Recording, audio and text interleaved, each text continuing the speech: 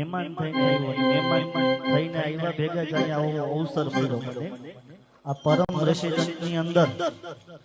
મહેમાન બનીને આવવાની અંદર જ મને આ સ્ટેજ મળ્યું છે અને તમારા થકી મળ્યું છે એટલે એકવાર હનુમાન દાદાનો જય જયકાર કરી અને તમારા વતી તમે તારી પાડી દો મને તમે તમારા ભરોસે બેસાડ્યો છે એટલે કઈ પેલા ભૂલ થઈ જાય તો પહેલેથી માફી માંગી કારણ કે આ સેવાનું કાર્ય છે અને મહાપુરુષો એમ કહી ગયા છે કે ધર્મથી ધન વધે પછી વધે મન, મન વૈધેથી માન વધે અને સબ વધત વધત જાય. ધર્મ ઘટે તો ધન ઘટે, ધર્મ ઘટે તો ધન ઘટે, ધન ઘટે થી ઘટે મન, મન ઘટે થી માન ઘટે ને સબ ઘટત ઘટત જાય.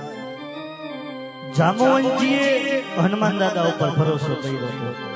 અને તમે મારા ઉપર ભરોસો કર્યો છે. જામવંતી હનુમાન દાદા ઉપર ભરોસો કર્યો હતો કારણ કે રામચંદ્ર ભગવાનને વિપત્તિ એવી ને કે 7 યોજો દરિયો તપવાની વારી છે, આપણામાંથી કોણ જશે? ત્યારે એમ કહેવાય છે કે અતુલિત બલધામં હે મસેલા દરેહમ ધનુ જગ ત્રિશાનમ વાનરાનામ ધીશમ. ઈ હનુમાન દાદા દરિયાના કાંઠે બેઠા હતા અને એમ કહેવાય છે જામવંતીની નજર એના ઉપર પડે અને રામચંદ્ર ભગવાન વિપત્તિ ઉપર હતા ત્યારે એ વિપત્તિને જોઈ અને જામવંતજીએ કીધું કે પ્રભુ સામે દરિયો તપવાની વાત આવે છે ને તો તમે ટેન્શન ન લ્યો કારણ કે આપણા માંથી પણ પવનનો દીકરો એટલે સ્વયં અંજનીનો જાયો એટલે કે હનુમાન દાદા અને એ હનુમાન એટલે 11મો રુદ્ર અવતાર બતાવ્યો છે. 11મો રુદ્ર અવતાર શિવપુરાણમાં પણ કીધું છે. હનુમાન ચાલીસાની અંદર છેલ્લો દુહો પુરવાર આવે કે પવન તનય સંકટ હરણ મંગલ મૂર્તિ રૂપ રામ લખન સીતા સહિત અને હૃદય બહુ સુરભ્રુવ. એવા હનુમાન દાદાની આજે જ્યારે કેસરીય હનુમાન ભુવન મંડળ દ્વારા આવું સરસ મજાનું આયોજન થયું એમાં મને બોલવાનો અવસર મળ્યો એટલે મને જેવા શબ્દની અંદર જેવું જે બે શબ્દ બોલતા આવડે છે એ હનુમાન દાદાના ચરણની અંદર પુષ્પ ચડાવવાનો પ્રયત્ન કરું છું.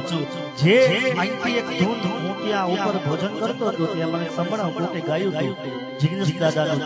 દ્વારકાનું નાથ એવું ગાયેલું હતું એના ઉપરથી એવું એ જ સૂરમાં પણ શંકર ભગવાનનું કારણ કે હનુમાન દાદા એ શંકર ભગવાનનો 11મો રુદ્ર અવતાર છે એના માટે બોલીએ શ્રી હનુમાનજી મહારાજ કી જય. કૈલાસનો નાથ મારો દેવ મહાદેવ છે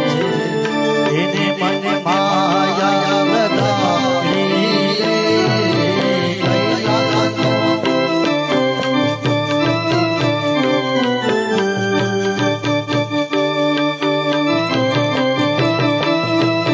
કૈલાસનો